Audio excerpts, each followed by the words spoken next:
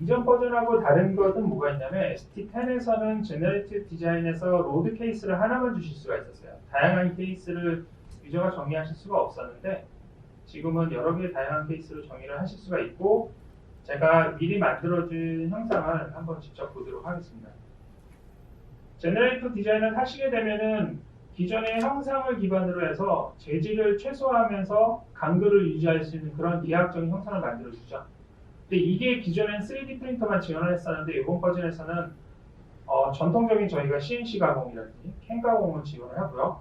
지금 보시는 것처럼 재질을 어떻게 분사할 건지도 유저가 슬라이드 바를 이용해서 정의를 하실 수가 있습니다. 그래서 재질의 비용을 최소화하겠다고 하게 되면 분사량을 최대한 줄이면서 기존의 강도를 유지할 수 있는 이런 형상을 거기에 맞춰주게 되고요. 이런 형상들은 3D 프린터로 제조할 수밖에 없겠죠. 하지만 나는 전통적인 절삭 가공을 이용해서 형상을 만들겠다라고 하게 되면 절삭 가공 측면에 적합한 형상을 자동으로 이렇게 만들어주게 됩니다.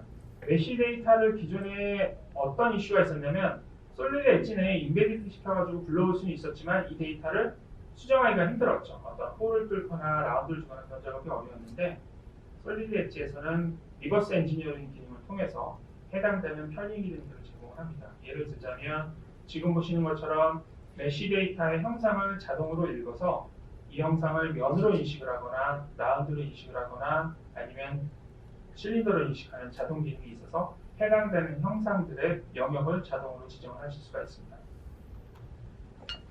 그러면 저희가 기존의 솔리드 엣지에서 그려져 있는 비랩 데이터를 이용해서 형상을 그리고 그린 애를 제너레이티브 디자인을 이용해서 최적화를 하고 최적화된 형상들은 메쉬 데이터를 이용해서 다시 솔리드 엣지의 리버스 엔지니어링을 통해서 해당 데이터들을 형상을 수정하는 것까지 보시고요. 그럼 이제 단순히 여기에서만 그치는 게 아니라 이렇게 만들어진 애들은 다들 아시겠지만 솔리드 엣지 어셈블리 환경에서 다시 불러오실 수가 있고요.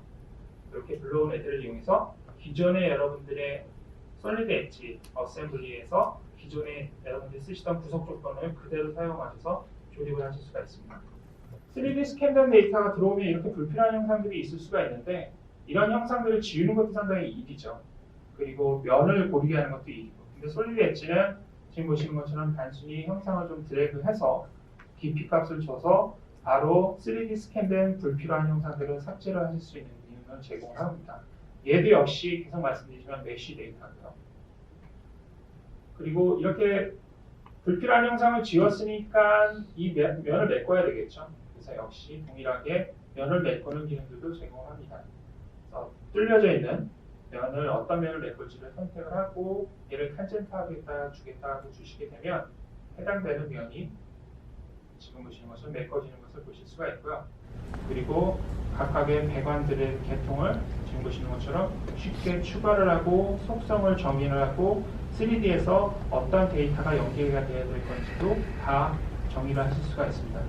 그리고 각각의 이렇게 정의되는 애들에 대한 파트 리스트라든지 몹을 뽑아서 제조에를 필요한 도면을 만들어 주실 수도 있고요. 그리고 이렇게 들어온 데이터를 솔리드 엣지로 가져오게 되면 솔리드 엣지의 익스프레스 라우트의 파이핑 환경이 있죠. 그래서 거기에 있는 3D 데이터와 아까 전에 제가 그린 PNID 배관도랑 1:1 매핑이 됩니다. 매핑이 되고 경로도 자동으로 선택을 해주시게 되고요. 그리고 최적의 경로를 찾게 된 다음에 제너레이트를 누르게 되면 제가 아까 전에 정의되어 있던 PNID에서 정의되어 있던 컴포넌트들이 자동으로 3D로 들어오고요. 그리고 특정 밸브를 추가를 하게 되면 거기 필요한 파이프랑 플랜지는 자동으로 컷이 되고 자동으로 추가가 됩니다. 여기에 그치는 게 아니라 지금 보시는 것처럼 제조를 위해서는 저희가 아이소 도면을 그리잖아요. 그래서 어셈블리를 선택한 다음에 얘에 대한 아이소 도면을 만들어 전환하고 하게 되면 아이소메트릭에 대한 도면도 생성이 되고 역시 거기에 따른 매트리얼이라든지 품벌이 있는 파트 리스트들로 자동으로 만들어집니다. 모터의 구동에 따른 PCB 기판에 어떤 열 변화가 있는지 그리고 이러한 열 변화가 시간대별로 어떤 영향을 미치는지를 보고 싶습니다. 그래서 미리 이제 제가 만들어 놨고요. 미리 만들어 놓은 거에 대한 리절트 값을 한번 보도록 하죠.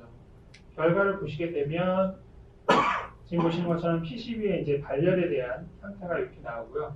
요거는 딱 그 순간만 콕 집어서 보여주는 겁니다. 그래서 해당되는 노드를 찍게 되면 좌표값과 그리고 현재 열 온도를 보여주게 되고, 아니면 전체에 대한 파트에 대한 전체 열의 분포를 보겠다라고 해주시게 되면, 선택한 다음에 업데이트 눌러주시게 되면 지금 보시는 것처럼 각각의 좌표값과 그리고 열에 대한 값이 나오고, 솔팅을 통해서 가장 높은 값이라든지 가장 낮은 값이라든지 이런 것들을 보실 수가 있습니다. 근데 시간대별로 어떻게 변하는지를 좀 보고 싶다라고 하실 때는 제가 기존에 만들었던 스터디를 그대로 복사를 합니다.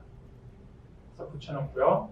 붙여놓게 하면 기존에 제가 스터디에서 만들었던 메쉬라든지 그리고 각종 경계 조건이라든지 그런 것들이 그대로 들어와서 내가 필요한 해석 타입만 변경해주면 되죠.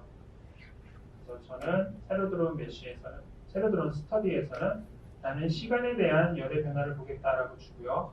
시간을 2분 정도로 한번 보겠습니다. 2분 동안 어떤 일이 일어나는지 5초간 간격으로 해석을 해라라고 주시게 되면, 아까 전에 보신 거랑 동일합니다. 특정 노드를 선택을 해서 해당되는 노드에 대한 좌표와 그 다음에 결과값을 보실 수가 있고요.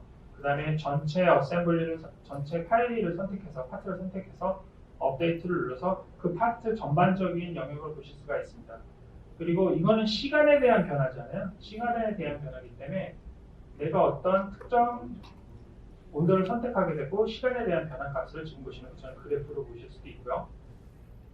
이것도 별도의 프로그램입니다. 그래서 보내시게 되면 이미 템플릿 기반으로 형상만 옮겨주게 되면 각종 목차라든지 표지라든지 내용들이 자동으로 들어오게 되고, 이 안에 지금 보시는 것처럼 애니메이션을 재정의를 해서 조립되는 애니메이션이나 이미지들을 삽입을 하실 수가 있습니다.